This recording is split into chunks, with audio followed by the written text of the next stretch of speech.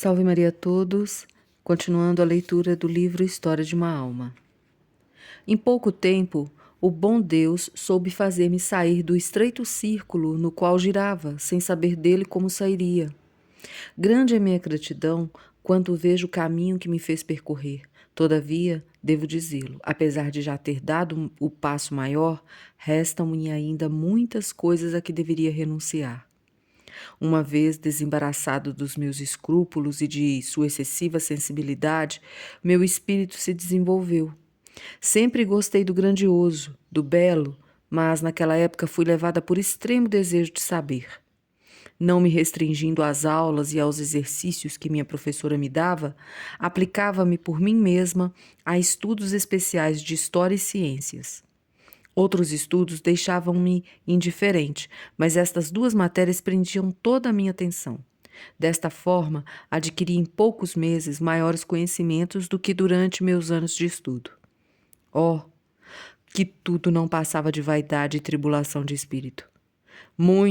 Muitas vezes acudia-me à mente o capítulo da imitação de Cristo onde se fala de ciências, mas sempre industriava um meio de continuar, apesar de tudo, dizendo a mim mesma que, estando em idade de estudar, nenhum mal havia em fazê-lo. Creio não ter ofendido ao bom Deus, muito embora reconheça ter aí aplicado um tempo inútil, porque para tal fim só empregava certo número de horas que não queria exceder, com o intuito de mortificar o desejo demasiado vivo de saber. Estava na idade mais cheia de perigos para as adolescentes. O bom Deus, contudo, fez por mim o que Ezequiel refere em suas profecias. Passando junto a mim, viu Jesus que me chegara o tempo de ser amada. Fez aliança comigo e passei a pertencer-lhe como sua. Estendeu sobre mim seu manto, lavou-me com aromas preciosos, revestiu-me de roupas recamadas e deu-me colares e adereços de inestimável valor. Nutriu-me como flor de farinha, com azeite e mel em abundância. Então fiquei formosa aos seus olhos e fez de mim poderosa rainha. Sim, Jesus fez tudo isso por mim. Poderia retomar cada palavra que acabo de escrever, provando que se realizou em meu favor. Mas as coisas que citei mais acima demonstraram-no de maneira suficiente. Vou apenas falar do alimento que me prodigalizou em abundância. Desde muito, nutria da flor de farinha contida na imitação de Cristo, um livro. Era um único livro que me fazia bem, pois não tinha ainda deparado com os tesouros que se ocultam no Evangelho. Sabia de memória quase todos os capítulos de minha querida imitação de Cristo. Esse livrinho não me deixava nunca. No verão carregava-o no bolso, no inverno dentro do regalo. Isso se tornou tradicional. Em casa de titia, entretinham-se muito com ele, abriam-no ao léu e faziam-me recitar de cor o capítulo que se apresentava aos olhos. Aos 14 anos, com o meu desejo de saber, o bom Deus achou ser preciso juntar à sua flor de farinha mel e azeite em abundância. O mel e o azeite me fez descobrir nas conferências do padre Armijon sobre o fim do mundo atual e sobre os mistérios da vida futura. O livro fora emprestado ao papai por minhas queridas carmelitas, motivo pelo qual, ao contrário do meu costume, pois não li os livros de papai, o pedi para ler. Essa leitura foi também uma das maiores graças de minha vida. Eu fazia junto à janela do meu quarto de estudos e a impressão que dela me ficou é por demais íntima e afetuosa para que eu possa externar. Todas as verdades fundamentais da religião, os mistérios da eternidade, mergulhavam minha alma numa bem-aventurança que não é desta terra. Já pressentia, não com a vista corpórea, mas com a do coração, aquilo que Deus reservava aos que o amam, e vendo que as eternas recompensas não estão em nenhuma proporção com os leves sacrifícios da vida, queria amar Jesus apaixonadamente, dar-lhe 1000 sinais de amor, enquanto ainda pudesse. Copiei vários trechos relativos ao perfeito amor e à acolhida que o bom Deus dará aos seus eleitos no momento que Ele próprio se lhes tornar sua grande e eterna recompensa. Não parava de repetir as palavras de amor que me tinham abrasado o coração. Celina tornara-se íntima confidente dos meus pensamentos. Desde o Natal podíamos entender-nos. Já não existia distância de idade, porque eu tinha crescido em tamanho e sobretudo, em graça. Antes dessa época, queixavam-me às vezes por não conhecer os segredos de Celina. E queixava-me, às vezes, por não conhecer os segredos de Celina. Dizia-me ela que eu era muito pequena e precisava crescer até a altura de um tamborete, para que lhe fosse possível ter confiança em mim. Quando estava ao seu lado, gostava de trepar no precioso tamborete e dizer-lhe que me falasse com intimidade. Mas era inútil meu estratagema. Havia uma distância que ainda nos separava. Jesus, que queria fazer-nos progredir juntas, criou em nossos corações vínculos mais possantes do que os do sangue. Fez com que nos tornássemos irmãs de alma. Em nós se averiguaram as palavras do cântico de São João da Cruz, falando ao esposo, a esposa exclama: seguindo vossos passos, as donzelas percorrem ligeiras o caminho. O toque da faísca, o vinho temperado fazem com que tenham aspirações divinamente perfumadas.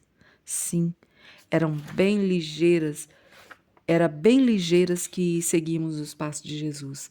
As faíscas de amor que semeava a mãos cheias em nossas almas, o vinho delicioso e forte que nos dava a beber, faziam desaparecer de nossos olhos as coisas passageiras e de nossos lábios brotavam aspirações de amor, inspiradas por ele. Quão doces eram as conversas que tínhamos todas as noites no mirante. Com o olhar absorto no longínquo, contemplávamos a branca lua que se erguia suavemente por detrás das grandes árvores.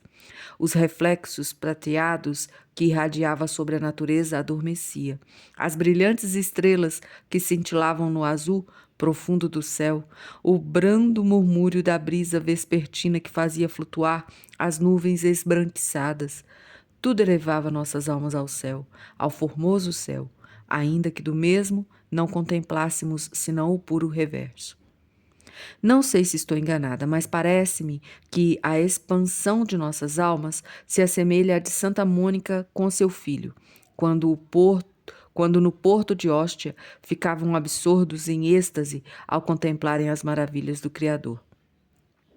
Recebíamos, ao que me parece, graças de categoria tão elevada como as que são concedidas aos grandes santos, como diz a imitação de Cristo. De vez em quando, o bom Deus se comunica no meio de vivo esplendor, ou então se encobre mansamente debaixo de sombras e figuras. Era de tal maneira que se dignava manifestar-se às nossas almas, mas como era diáfano e leve o véu que subtraía Jesus aos nossos olhares, não era possível duvidar. A fé e a esperança já não eram necessárias. O amor fazia-nos encontrar na terra aquele a quem procurávamos. Encontrando-o sozinho, deu-nos ele este seu ósculo, para que dali por diante ninguém tivesse motivo de desprezar-nos. Graças tão grandes não podiam ficar sem frutos. Estes, por sua vez, foram abundantes. A prática da virtude tornou-se suave e natural. No começo, minha fisionomia traía muitas vezes sinal de luta, mas tal reação foi desaparecendo aos poucos e a renúncia tornou-se-me fácil desde o primeiro instante. Jesus tinha dito: a quem já tem, ser-lhe-á dado, e dado em abundância. Por uma graça recebida com fidelidade, concedia-me grande número de outras tantas. Ele próprio dava-se a mim na Santa Comunhão, muito mais a miúde do que eu teria coragem de esperar.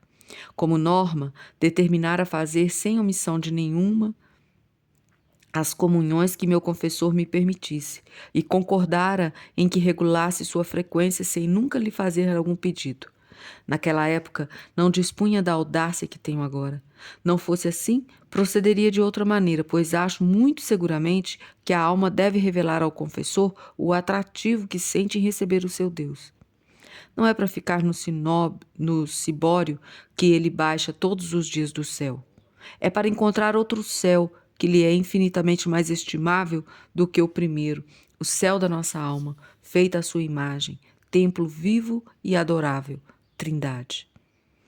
Vendo o meu desejo e a retidão do meu coração, Jesus fez com que meu confessor me autorizasse a fazer a Santa Comunhão 4 vezes por semana no mês de maio, e depois de passado o belo mês, acrescentasse uma 5ª comunhão todas as vezes que ocorria um dia santo. Ao sair do confessionário, saltavam-me dos olhos lágrimas bem confortantes. Parecia ser o próprio Jesus que queria dar-se a mim, pois eu tinha confessado há pouco tempo e nunca dizia nada acerca dos meus íntimos sentimentos. O caminho pelo qual andava era tão reto e tão luminoso que não havia mister de outro guia senão Jesus. Os diretores espirituais, eu os comparava a espelhos fiéis que refletem Jesus nas almas, achando que no meu caso, o bom Deus não se valia de nenhuma pessoa intermediária, mas atuava diretamente. Hoje terminaremos apenas com uma pequena frase. Nosso Senhor fez aliança comigo e passei a pertencer-lhe como sua. Estendeu sobre mim seu manto, lavou-me com aromas preciosos, revestiu-me de roupas recamadas e deu-me colares e adereços de inestimável valor. Nutriu-me com flor de farinha, com azeite e mel em abundância. Então fiquei formosa aos seus olhos e fez de mim poderosa rainha. Que Ele possa fazer de cada um que ouve essa leitura outra formosa flor de farinha. A todos, salve Maria.